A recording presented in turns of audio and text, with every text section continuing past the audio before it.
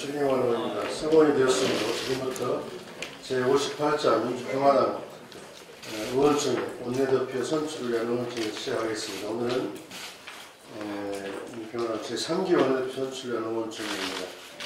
정재환 대표님께서 개회선을 해주시겠습니다. 네, 58차 원내대표 선출 위한 의원총회를 개의하겠습니다. 다음 국민을 위해 순서입니다. 계획기를 해주시겠습니다. 국회에 대한 경례.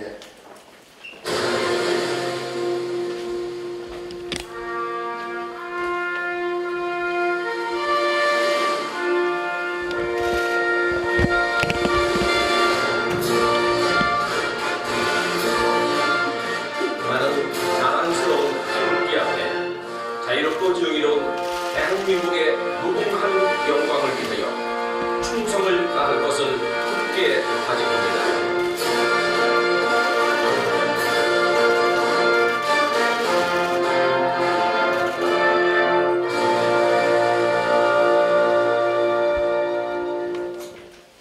바로 이 의원들을 생략하겠습니다. 오늘은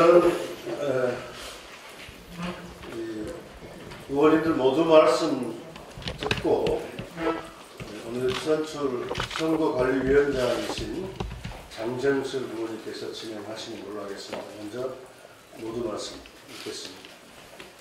네, 먼저 어제 민주당 원내대표 선출된 이인영 원내대표님께 축하의 말씀을 전합니다. 남막처럼 얽힌 국회 운영 그리고 산적한 민생 문제를 해결해 나갈 국회 정상화를 위한 여야 협상을 잘 이끌어 나갈 것을 기대해야 합니다. 국민들이 20대 국회에서 선택해준 다당제 체제에서 저 3당이었던 국민의당이 일부 정치인들의 욕심으로 분당이 될 수밖에 없었던 상황에서 민주평화당이 창당이 되었고 창당 직후부터 제가 원내대표직을 맡아왔습니다.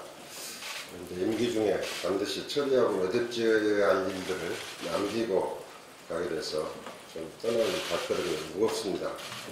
무엇보다도 전 직후부터 우리 당은 비례대표 3인 문제를 지속적으로 제기했었습니다만 아직까지도 풀리지 않고 있어서 매우 안타깝습니다. 그리고 무엇보다도 5.18이 이제 10일 앞으로 다가왔는데도 이 시점까지 5.18 진상규명위원회가 출범도 되지 못하고 또 5.18 외국 처벌특별법도 마무리가 되지 않아서 이 5.18 민주화운동의 역사적 의미를 바로 세우고 왜곡과 폄훼를 종식시키기 위한 과제를 해결하지 못하고 국회 앞에서 88일째 천막 농성을 이어가고 있는 5.18 유족들과 광주 시민들께 정말 죄송하게 생각합니다. 후임 원내대표께서 최우선적으로 이 문제를 추진해서 완수해 주시기를 간곡히 당부드립니다. 어려운 상황에서도 정치개혁을 위한 대화의 틀을 만들 수 있었다는 것은 그나마 다행스럽게 생각합니다. 같이 함께했던 홍영표 경관의 윤수아 대표에게도 감사의 말씀을 드립니다. 근데 국회가 좀 강대강 대치만 있고 정치가 실종되어 있는 최근 우리 정치 문화의 문제점을 절감한 그런 기간이었습니다. 그런 측면에서 대화 타협의 정치를 복원시키기 위해 노력을 했었습니다만 별 성과가 없었습니다. 또한 예산이나 인사청문회 그리고 남북관계 등 현안에 대해서 국민의 눈높이에서 정부에 협조할 것은 협조하고 비판할 것은 대안을 제시를 하면서 정쟁이 없는 대의민주주의의 정착을 위해서 노력을 했었습니다만 국민들께 실망만 드리는 국회 모습을 보여줬습니다. 그리고 우리 민주평화당이 역사가 짧고 규모도 작은 정당이지만 국회 내에서의 목소리를 확보하는 데는 일정 역할을 했다고 생각합니다. 오늘 새롭게 선출되실 신임 원내대표는 내년 총선을 앞두고 우리 민주평화당이 정책정당 그리고 민생정당으로서 확실하게 자리매김될 수 있도록 당을 잘 이끌어주시기를 당부드립니다. 저도 우리 당이 현명한 민심들을 올곧게 받들어서 국민들과 함께 승리할 수 있도록 앞으로도 최선을 다하겠다는 말씀드립니다. 도와주신 언론 여러분들께 감사드립니다. 네, 대표님. 고별사까지 황무지에서 창당해서 어려운 속에서 원내대표직을 맡아서 민주평화당이 난파선이 되지 않도록 여기까지 슬기롭게 원만하게 지도력을 발휘하신 장병환 원내대표께 박수를 한번 크게 보내주십니다. 각 당의 원내 지도부가 이제 새롭게 들어서고 있습니다. 이인영 더불어민주당 새 원내대표에 대해 축하와 함께 기대를 보냅니다. 전대협 의장 출신으로 2000년 새천년 민주당 창당 때 정치에 투신했습니다.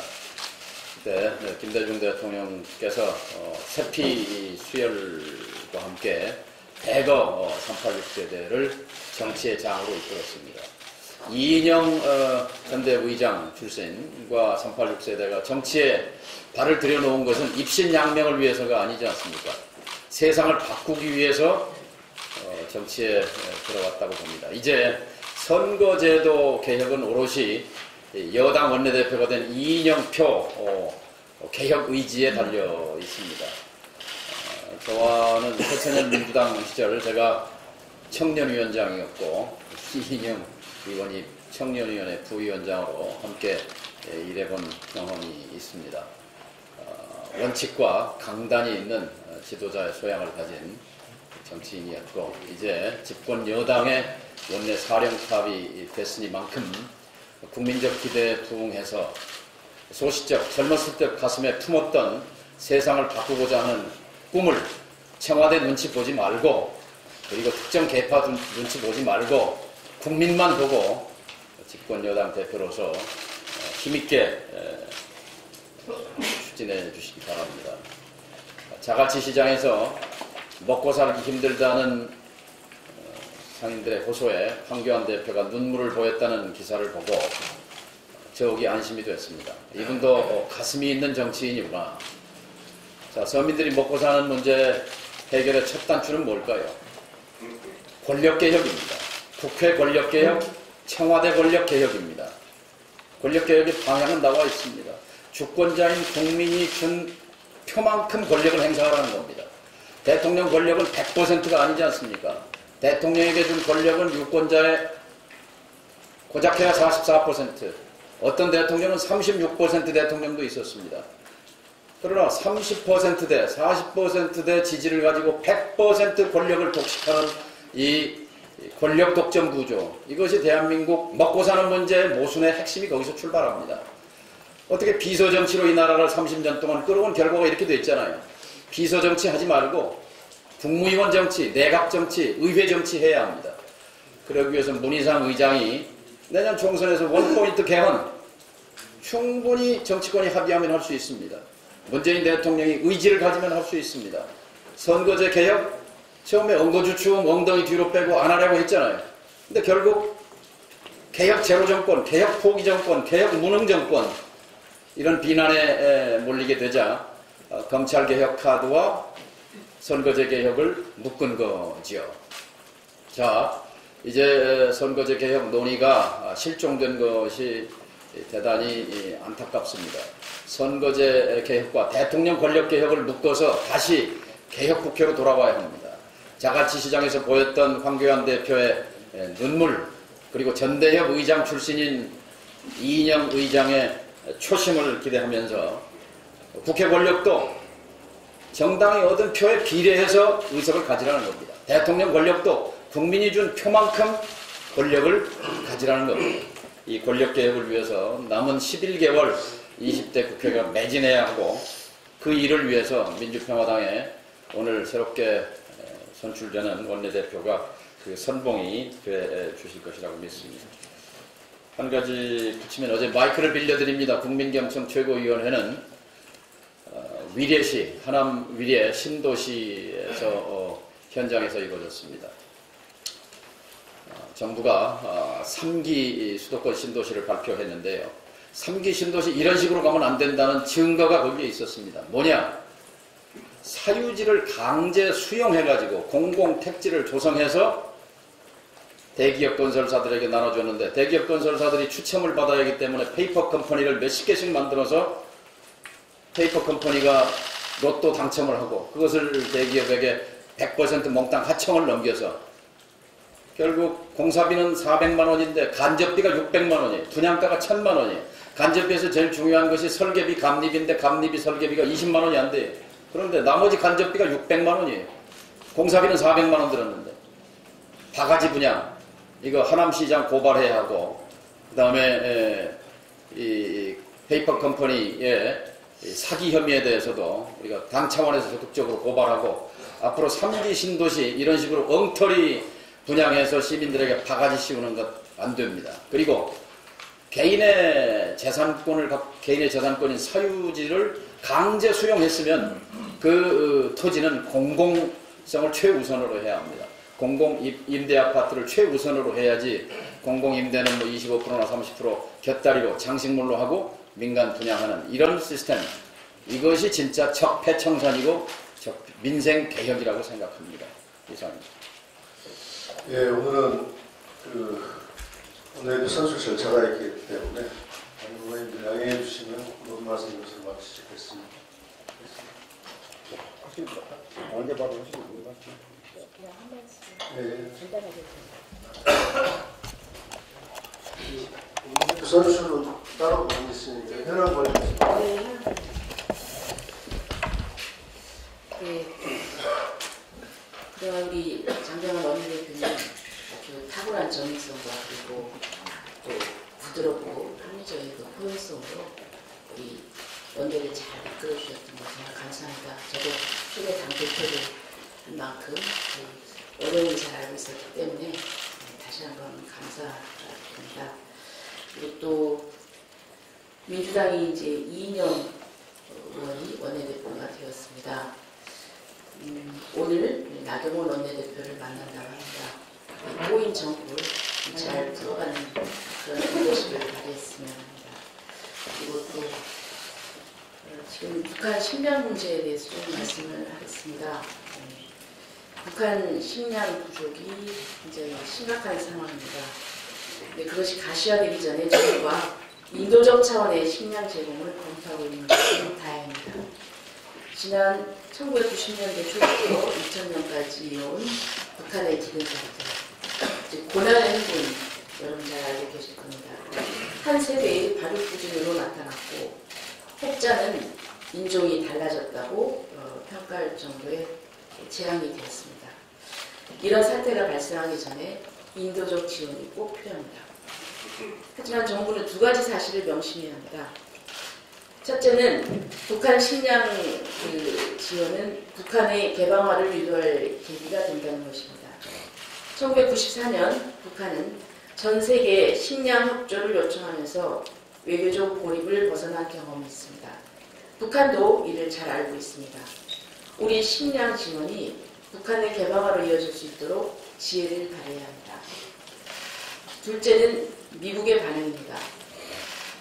청와대는 한미 정상통화에서 우리의 인도적 식량 제공에 대해서 트럼프 대통령이 시의적절하고 긍정적인 조치라고 평가했다고 발표했습니다. 하지만 정작 미국은 완전하게 검증된 미국의 북한 비핵화 달성 방안에 대해서 논의했다고만 밝혔습니다. 지금은 비핵화에 대한 미국의 의지를 북한이 오판하게 만들어서는 안 됩니다.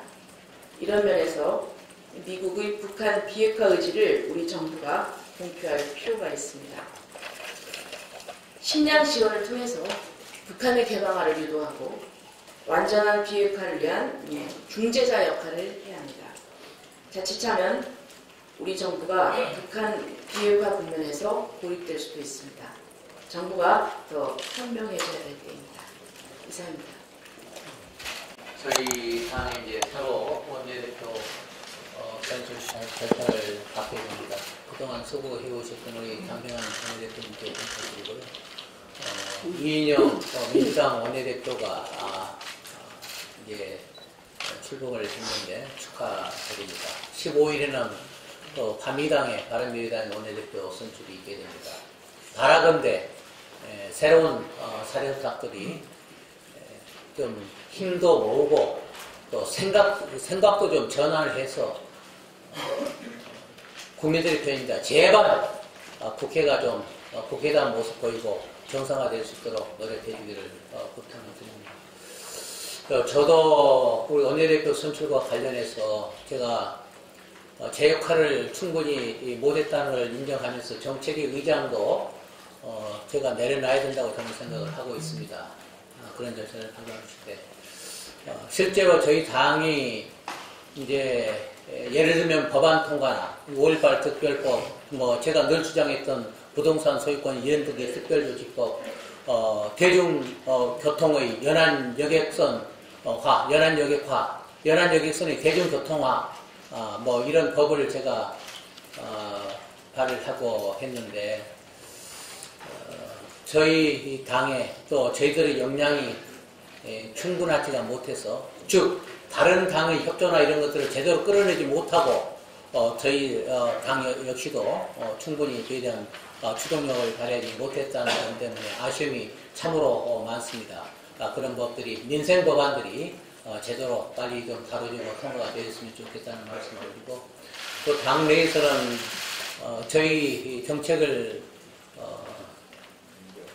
다듬고 또 내세워야 될 그런 정책 전문위원들도 저희들이 구하지 못한 채 이렇게 그런 과정을 겪었습니다. 앞으로는 그런 점들도 감안해서 정책 역량이 충분히 발휘될 수 있도록 다시 한번 부탁 말씀을 또 건의 말씀을 올립니다. 앞으로 새로운 원내대표와 정책위원장이 제대로 된 또 올바른 그런 방법으로 전략 노선 갖고 많은 활동해 주시기를 기대드리면서 인사 말씀하십니다. 그러면 지금부터는 제20대 국회 민주평화당 제3기 원내대표 선거관리위원회 위원장을 맡고 계시는 장경수 의원님께서 먼저 인사 말씀하시고 절차를 진행해 주시겠습니다. 장경수 위원장님 인사 말씀드립니다. 민주평화당 제3기 원내대표 선출을 위한 선거관리위원회 위원장을 맡은 장경수 의원입니다. 반갑습니다. 지금 국민의 내리소리는 우리가 뽑은 국민의 선량인 국회의원들이 과연 존재를 하고 있는 것인가? 지금 국회는 뭘 하고 있나? 우리는 이렇게 살기가 어려운데 이렇게 가슴을 치면서 국회의원에 대한 불만, 아쉬움 이런 거를 매일같이 쏟아내고 계십니다. 이 어려운 시점에 우리 민주평화당도 창당 정신에 걸맞는 그러한 원내대표를 선출하기 위해서 지금 노력하고 있습니다. 제가 그 어려운 짐을 맡았는데 우리 창당 정신에 걸맞는 그러한 원내대표가 선출되기를 소망하고 또한 노력하고 있다는 점을 말씀드리겠습니다. 그동안 원내대표로서 아주 우리 민주평화당의 참 모습을 보여주신 우리 장병환 대표님께 다시 한번 감사의 말씀을 드리고 오늘 모여주신 우리 의원님들께서 정말 민주평화당에 걸맞는 의원님이 선출되도록 함께 노력해 주실 것을 당부드리겠습니다. 그러면 지금부터 원내대표 선출 절차에 앞서서 선거관리위원회 부위원장님께서 경과보고를 해주시도록 하겠습니다. 네, 감사합니다. 그동안 선당 후처에 확고한 초심을 가지고 원내 대표로서 탁월한 지도력을 발휘해서 우리 당을 잘 이끌어주신 정병환 원내대표님께 감사를 드리면서 그동안 새 원내대표를 위한 경과가 어떻게 진행되었는지 보고드리도록 하겠습니다. 4월 24일 수요일날 제86자 최고위원회에서 원내대표 선거 선거관리위원장으로 정경숙 의원을 임명했습니다. 그 후 4월 26일 제87자 최고위원회에서 선관위 부위원장으로 본인인 정인아 의원, 위원으로 최경환, 김종애 의원을 임명했습니다.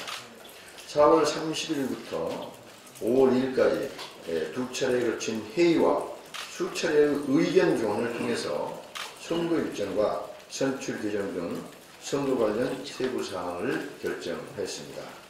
5월 2일 선관위에서 소집 요청해가지고 원내대표가 소집한 제56차 의원총회에서 의원님들의 원내대표 선출과 관련하여 허심탄회한 의견을 청취한 바 있습니다.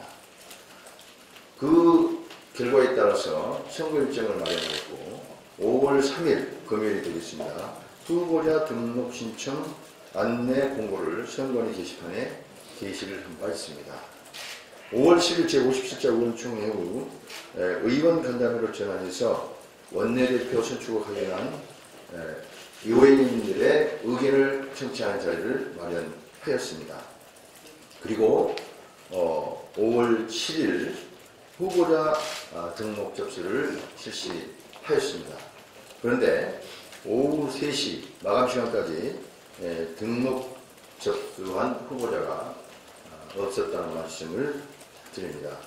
그래서 오늘 아침 선관위원 회의를 개최를 했습니다. 특별한 변수가 없다면 내일 10일이 되겠습니다. 후보 등록 공고를 추가로 하고 5월 14일이 되겠습니다. 5월 14일 9시에 새 원내대표를 선출하도록 하겠다는 결정을 했음을 보고드리겠습니다. 이상입니다. 네. 정인아 부위원장님 수고하셨습니다. 원내대표 선거에 등록한 후보자가 없다는 것을 경감 말씀해 주셨고요. 또한 저희가 합의 추대를 진행을 했었는데 그것도 원하지 않고 합의 추대가 안 됐다는 점을 이 자리를 빌려서 말씀드리겠습니다. 지금부터는 비공개로 전환해서 선거위원회 회의를 진행하도록 하겠습니다. 언론인 여러분들의 협조 부탁드리겠습니다. 감사합니다.